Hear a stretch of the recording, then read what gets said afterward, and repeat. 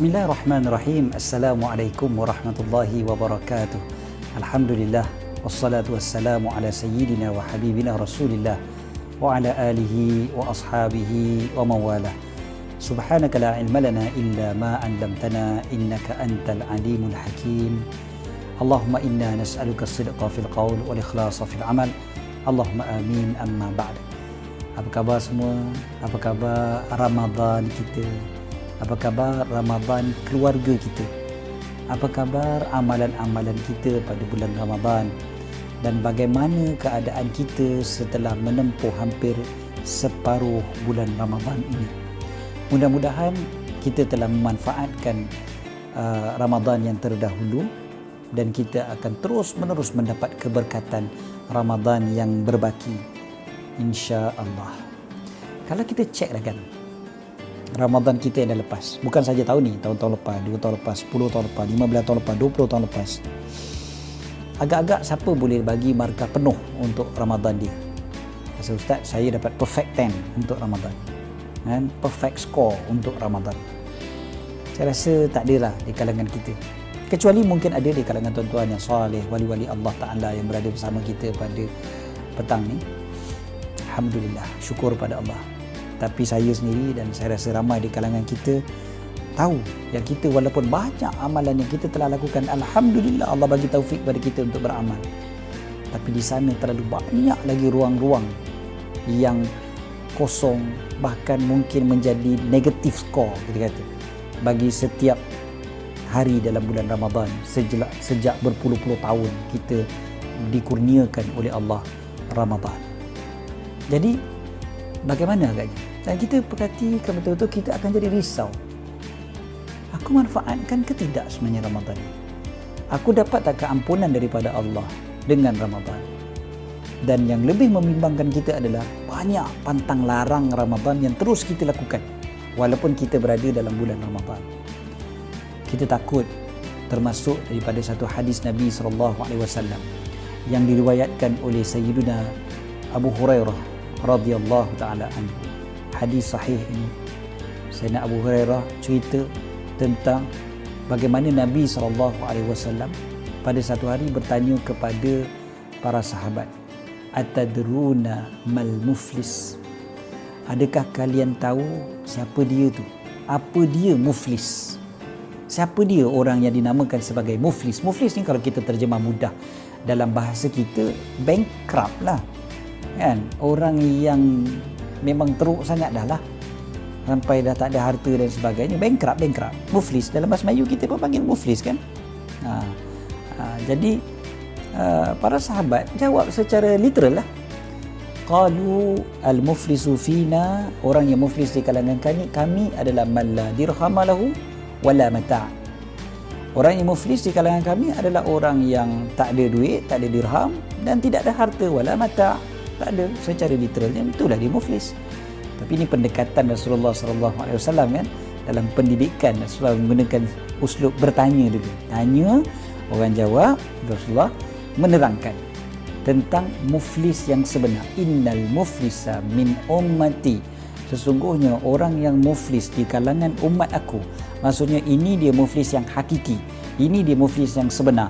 Muflis yang tak ada harta, yang tak ada duit, itu bukan muflis sebenar lagi. Sebab muflis kat dunia sekejap aja, kan? Kita hidup kat dunia ni berapa lama sangat, berapa puluh tahun sangat. Tapi muflis yang sebenar, muflis ke akhirat. So itu muflis hakiki, itu the real muflis.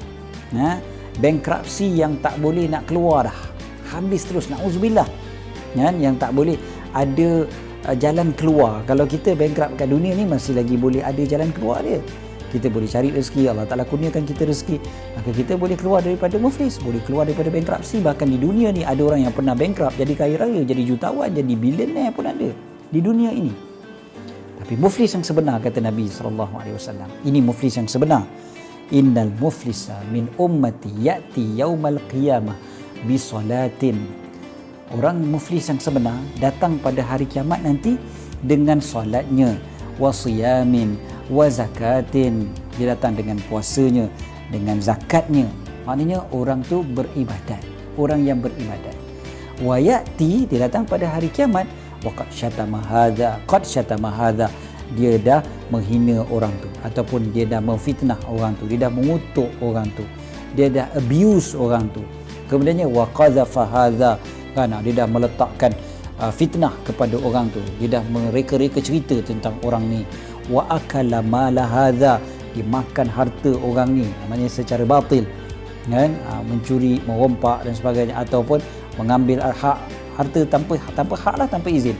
Kemudiannya wasafaka dama hadza, dia telah menumpahkan darah orang ni pula.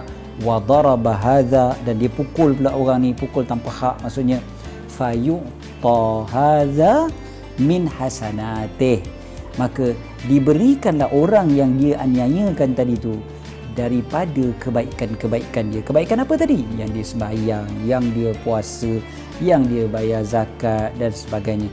Wa hadza min hasanatih, dan orang ni pula dapat kebaikan dia. Maknanya orang ni dapat kebaikan dia, orang ni dapat kebaikan dia, orang dapat kebaikan, dapat pahala-pahala dia tu. Pahala tu transfer ke orang ni, transfer ke orang ni, transfer ke orang ni, transfer ke orang ni. Fa in faniyat, kata Nabi SAW, bila habis fa in faniyat hasanatuh, habis pahala-pahala dia semua dah habis, akaun baik dia semua dah habis, qabla ayyuqda ma alaihi, sebelum ditunaikan, sebelum settlekan apa yang diwajibkan kat tadi, ataupun dosa-dosa dia tadi pada orang-orang tu, kan, belum settle habis lagi, pahala dah bagi habis dah, tapi tak settle lagi, ada lagi orang yang dia pukul, ada lagi orang yang dikata, ada lagi orang yang difitnah, ada lagi orang yang mengumpat dan sebagainya. Maka ukhidha min khatayahum, akan diambil daripada kesalahan-kesalahan mereka pula, dosa-dosa mereka pula, dosa orang yang dia hina, yang dia kutuk apa semua dekat dunia tu, kan, akan diambil kesalahan-kesalahan itu. Faturihat alaihi, maka dicampakkan ke atas dia, dicampakkan ke atas orang tu. Ambil kau dosa-dosa dia, macam itulah lebih kurang. Tak cukup dengan itu, pasal dah habis dah, pahala dah habis, dosa pula yang masuk, maka apa jadinya? Thumma turiha finnar wal a'yadu billah, kemudiannya dia dicampakkan pula ke dalam api neraka. Alhamdulillah. Ini muflis yang sebenar-benar, kata Nabi SAW. Kita risau. Bukan kita tak puasa bulan Ramadan, kita puasa bulan Ramadan, tapi takkah kita risau walaupun kita berpuasa pada bulan Ramadan, kita datang dalam keadaan muflis? Takkah kita risau kita baca Quran bulan Ramadan, bukan tak baca Quran bulan Ramadan, tapi akhirnya dekat akhirat, pahala-pahala bacaan Quran, pahala puasa, pahala tarawih, pahala witir, pahala tahajud, pahala sahur, pahala iktikaf, apa yang kita lakukan sepanjang bulan Ramadan ini, transfer kat orang lain. Transfer kat siapa? Transfer kat orang yang pernah kita kutuk, pernah kita hina, pernah kita pukul, pernah kita ambil harta dia dan sebagainya. Cek balik zaman kita sekarang, zaman yang mana betul kita kata maklumat di hujung jari, tapi dalam masa yang sama dosa juga di hujung jari. Dosa juga di hujung jari. Sangat senang untuk kita menghina, mengutuk, menyebarkan fitnah, menyebarkan perkara-perkara yang negatif tentang orang lain. Senang sangat kita nak forward pada orang, senang sangat kita nak mengutuk orang menggunakan benda ni, kan. Dulu-dulu susah nak mengumpat tau. Dulu-dulu nak mengumpat tengah-tengah malam tak boleh lagi bulan Ramadan macam ni. Macam mana nak mengumpat? Sekarang ni pakai benda ni, kita dah boleh mengumpat, kita dah boleh menghina orang 24/7 non-stop. Tak ada siapa boleh halang kita. Teruslah kita nak kutuk orang, nak menghina orang. Kadang-kadang siap buat apa? Fake account. Buat fake account pula, nak attack orang, nak hina orang sana, nak kutuk orang sini. Bahkan yang lebih dahsyat lagi daripada itu, menghina para ulama yang terdahulu dan sampai sekarang. Bagaimana ada orang yang sampai menghina ulama-ulama besar dalam lipatan sejarah, yang confirm dah memang dia orang ni jauh lagi dahsyat, lagi hebat lagi daripada kita, yang mana kita ni dengan tapak kaki dia pun kita ni lagi hina. Sekali tiba-tiba berani untuk kita mengutuk, menghina, mencerca dan sebagainya atas alasan kononnya kritikan ilmiah. Tapi bukan. Dia tak ilmiah mana pun kadang-kadang. Lebih bentuknya penghinaan, pencercaan, perlecehan kan? Itu yang selalu berlaku. Tak kerisau. Bukan sebab kita tak buat amal soleh bulan Ramadan ini, tapi tiba-tiba datang dengan bankrupt. Ramadan pun bankrupt juga. Ya, sebab kita dah macam-macam kita lakukan dengan mulut kita dan juga jari jemari kita. Imam Al-Ghazali bagi tahu, apa yang dilarang dilafazkan di mulut, maka ia juga dilarang untuk ditulis dengan tangan. Dulu-dulu tulis dengan ni lah kan. Sekarang tulis macam ni atau macam ni kan. Tulis dengan tangan. Jadi bukan bermakna kita tak sebut dekat mulut kita, jadi kita rasa macam tak apa, I tak sebut, I tulis saja. Tak boleh. Dia tetap sama juga hukum dia. Haram juga. Tetap boleh mendatangkan musibah, muflis di akhirat nanti. Na'udzubillah. Takut kita. Zaman ni zaman yang sangat dahsyat. Semua orang nak bercakap. Semua orang nak mengkritik atas alasan, bukan alasan, kita kata atas hujah. Ini adalah kebebasan bersuara kan. Dia kata ini kita punya right, ini kita punya freedom. Kita rasa macam tu, menggunakan alasan itu semua untuk menghina orang, mengutuk orang, kita mempermainkan orang, memperlekehkan orang.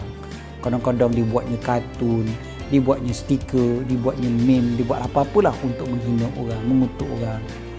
Kadang-kadang benda pun orang yang tak buat pun kita kata kat dia kan. Ulama pula tu kadang-kadang kita kata, para pendakwah kita dicerca, dihina. Agaknya macam mana kan. Saya minta tolong sangat-sangat semua kita, lepas ni jangan guna perkataan membawang kalau nak merujuk kepada orang yang mengumpat. Mengumpat ni kita tukar jadi membangkai. Memang membangkai je tu sebenarnya. Kan dalam Quran Allah Ta'ala sebut lahma akhi maitan kan, bangkai saudara, bukannya bawang. Bawang halal, tak hina walaupun busuk. Tapi ni bangkai yang sebenarnya. Yang sebenarnya orang yang tengah mengumpat ni prosesnya proses membangkai. So tukar makcik bawang tukar jadi makcik bangkai. Kalau kita kata tu grup membawang lah tu, tak, kita tukar grup membangkai lah tu. Jangan join. Orang yang suka mengumpat sana sini sebagainya. Lagi-lagi bulan Ramadan. Dalam hadis Nabi SAW diriwayatkan oleh Sayyidina Abu Hurairah juga. Man lam yada' qawla zur wal amala bih. Siapa yang tidak meninggalkan perkara kata-kata yang batil, kata-kata yang batil, kata-kata yang salah, kata-kata yang berbentuk penipuan, serta kata-kata yang berbentuk penghinaan dan sebagainya, wal amala bih, dan beramal dengan penipuan, pendustaan itu, maka falaisa lillahi hajatun ayyada'a ta'amahu wa syarabah. Maka Allah Ta'ala tidak memerlukan, maknanya Allah Ta'ala tak pandang pun kepada dia meninggalkan makan dan minum dia. Tak ada nilai, maknanya tak ada nilai dia tinggalkan makan dan minum dia. Ben macam tu je kalau kita boleh menggunakan bahasa yang mudah. Dalam satu hadis yang lain Nabi SAW beritahu, rubba sa'imin, berapa ramai orang yang berpuasa, laisa lahu min siyamihi illa al-ju'. Berapa ramai orang yang berpuasa tapi tak dapat apa daripada puasa dia kecuali lapar sahaja. Inilah yang kita katakan sebenar-benar bankrupt, sebenar-benar muflis. Takut sebenarnya. Dan dalam satu riwayat lagi yang digunakan oleh ulama fiqh, antara perkara yang membatalkan pahala puasa kita adalah mengumpat, adalah bersaksi palsu, adalah bercakap perkara yang palsu, menipu dan sebagainya, mengadu domba kan, laga-lagakan orang dan sebagainya. Ini semua akan menyebabkan muflis dekat akhirat nanti. Na'udzubillah.